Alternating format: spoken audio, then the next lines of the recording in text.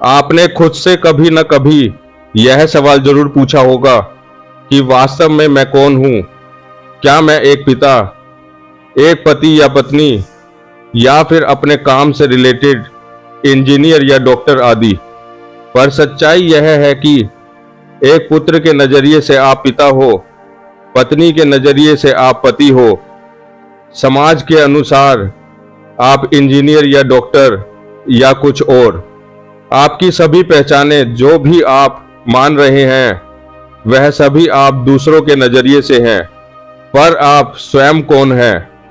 यह जानने के लिए कि असल में आप कौन हैं, आप इसका उत्तर ढूंढते हैं और फिर से आप स्वयं की एक नई पहचान बनाने लगते हैं।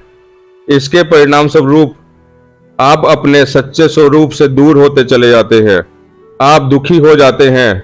जीवन में सारे दुख अपनी असली पहचान ना जानने के कारण ही है। जब तक आप अपने सच्चे स्वरूप का अनुभव नहीं करते तब तक आप खुद को उस नाम से जानते हैं जो आपको दिया गया है। अब आप पूछेंगे तो असल में आप कौन हैं?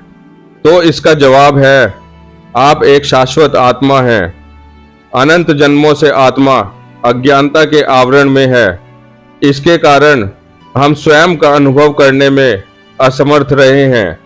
रमन महर्षि जी ने मैं कौन हूँ को जीवन का सबसे बड़ा प्रश्न बताया है। वे कहते हैं इस प्रश्न को जिसने समझ लिया उसने अपना जीवन ही सफल कर लिया। उसका जन्म लेना सार्थक और सफल हो गया। रमन महर्षि बताते हैं शब्द या धातु से बना यह स्थूल शरीर मैं नहीं हूँ। स्पर्श, रूप, रस भी मैं नहीं हूँ। ना ही मैं कर्ण, त्वचा, जीवा, नेत्र और नासिका हूँ। ना ही मैं वाणी, वायु और पांचों कामेंद्रिय हूँ। सांस लेने वाला भी मैं नहीं हूँ। संकल्प करने वाला मन भी मैं नहीं हूँ। विषय से लिप्त मन भी मैं नहीं हूँ। मैं इनमें से कुछ भी नहीं हूँ। इन सबको अलग करने के बाद जो चैतन्य बचता है वह मैं हूँ। जब इस जगत का लोप हो जाता है तो अपने स्वरूप का बोध होता है। जो दृष्टा है वह मैं हूँ। रमन महर्षि आगे बताते हैं दृष्टा और दृश्य जैसे हैं। रस्सी और सर्प दोनों को देख लेने के बाद ही दोनों का भेद समझ आ जाता है।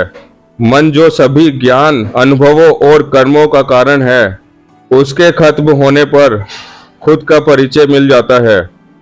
जब आप मन को समझ लेंगे तो अपने आप को भी समझ लेंगे। दुनिया में सबसे शक्तिशाली चीज मन ही है।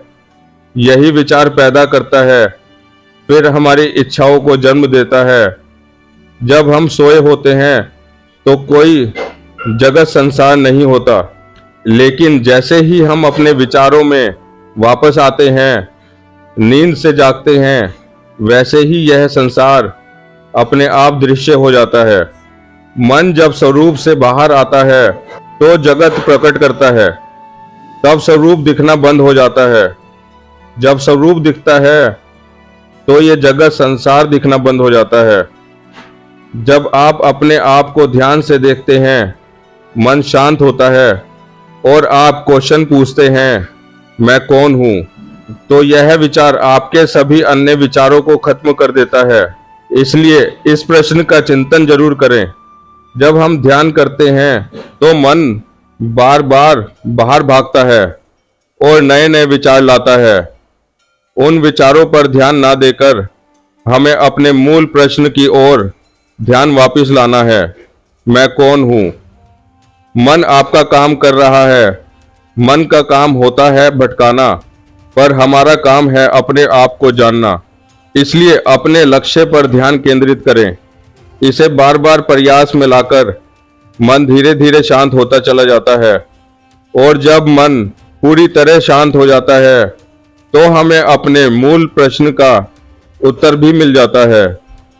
हम चैतन्य को देख पाते हैं जो हम हकीकत में हैं।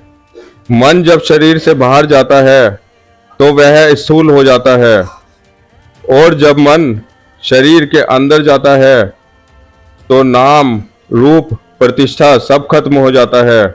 मन को हृदय में रोकने को ही अंतर्मुखी कहते हैं।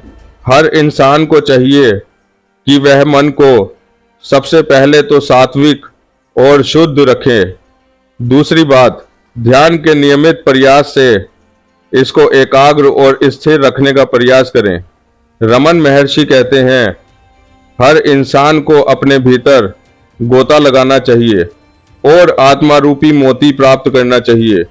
ओशो अपनी कथाओं में बताते हैं, अगर किसी ने अपना वास्तविक परिचय जान लिया, फिर उसको किसी के पास जाने की जरूरत नहीं है। जिसने आत्मा को जान लिया, खुद को जान लिया, यह जान लो कि उसने परमात्मा को जान लिया। उसके पास जानने को कुछ भी नहीं बचा।